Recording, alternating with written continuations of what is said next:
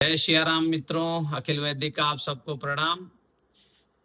पिछले सत्र में हमने मन और बुद्धि के ऊपर प्रकाश डाला था, जिसमें मन को हमने इच्छाओं और तमाम तरह के इंद्रिय जनित विषयों की तरफ हमारी जो एक गति होती है, हमारा जो विषय गोचर मन जो है बनता है।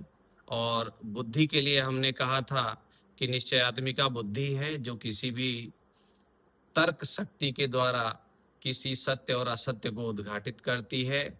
और यह ज्ञान और अनुभव हमें जैसे जैसे जीवन में ज्ञान हम प्राप्त करते हैं और फिर उसका कार्य करते हुए अनुभव जब होता है, तो हमारी बुद्धि उसको ऐसा ग्रहण कर लेती है कि यह सत्य है, यह असत्य है। तो अभी आते हैं कि बुद्धि के पास यह शक्ति कहाँ से आती है, यह कैसे वह कर पाती है कि यह गलत है, यह सही है।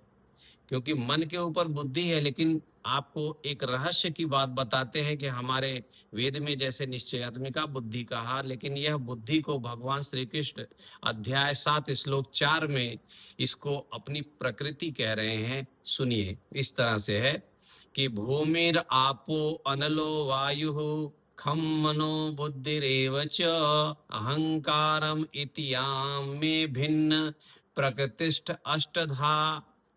तो अर्थात भगवान कह रहे हैं कि भूमि, जल, अग्नि, वायु, आकाश, मन, बुद्धि और अहंकार, यह आठों मेरी प्रकृति है। अब इसमें बुद्धि को उन्होंने सातवें इसमें रखा है, श्रेणी में रखा है। यह सातवें श्रेणी में क्यों रखा है? क्योंकि यह पंच महाभूत और मन के ऊपर है।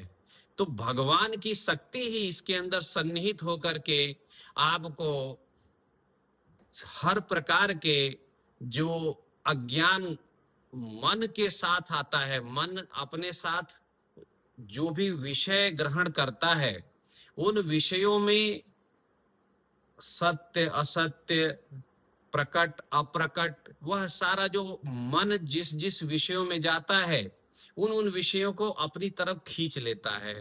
लेकिन बुद्धि उसको फिर से उसको शुद्ध करती है, और शुद्ध करने के पीछे एक ही कारण है कि यह भगवान की प्रकृति है। यह बुद्धि के अंदर महत्त्व भगवान परमात्मा स्वयं विद्यमान होकर के इसमें से असत्य और सत्य को अलग कर देते हैं। जैसे हंस दूध में से पानी को अलग कर देता है, उसी तरह से यह हमारी बुद्धि में बैठा हुआ परमात्मा ही वह जो है अपनी प्रकृति के अनुसार, क्योंकि वह सत्य है, सत्यम ज्ञानम अनंतम ब्रह्म, वह स्वयं सत्य है।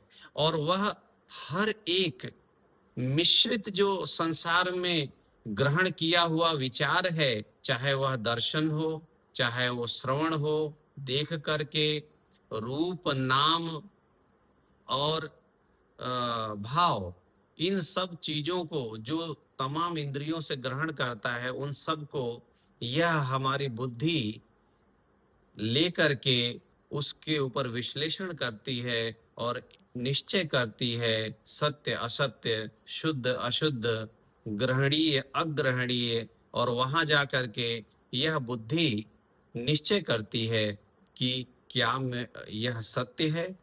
तो मैं आप सब के समक्ष फिर लेकर के प्रस्तुत होगा कुछ नए विषय। बुद्धि के ऊपर एक अहंकार है और चित्त है, अहंकार है, मन बुद्धि चित्त अहंकार, और अहंकार के ऊपर फिर ब्रह्म है।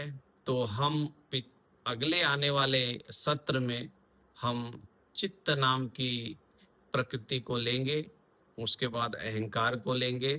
तो मुझे आशा है कि आप सभी लोगों को यह अत्यंत प्रिय लगेगा और आपको इसमें थोड़ा और ज्यादा खुशी मिलेगी कि यह बुद्धि जो है, यह बुद्धि यथार्थ में क्या है, यह चित्त यथार्थ में क्या है।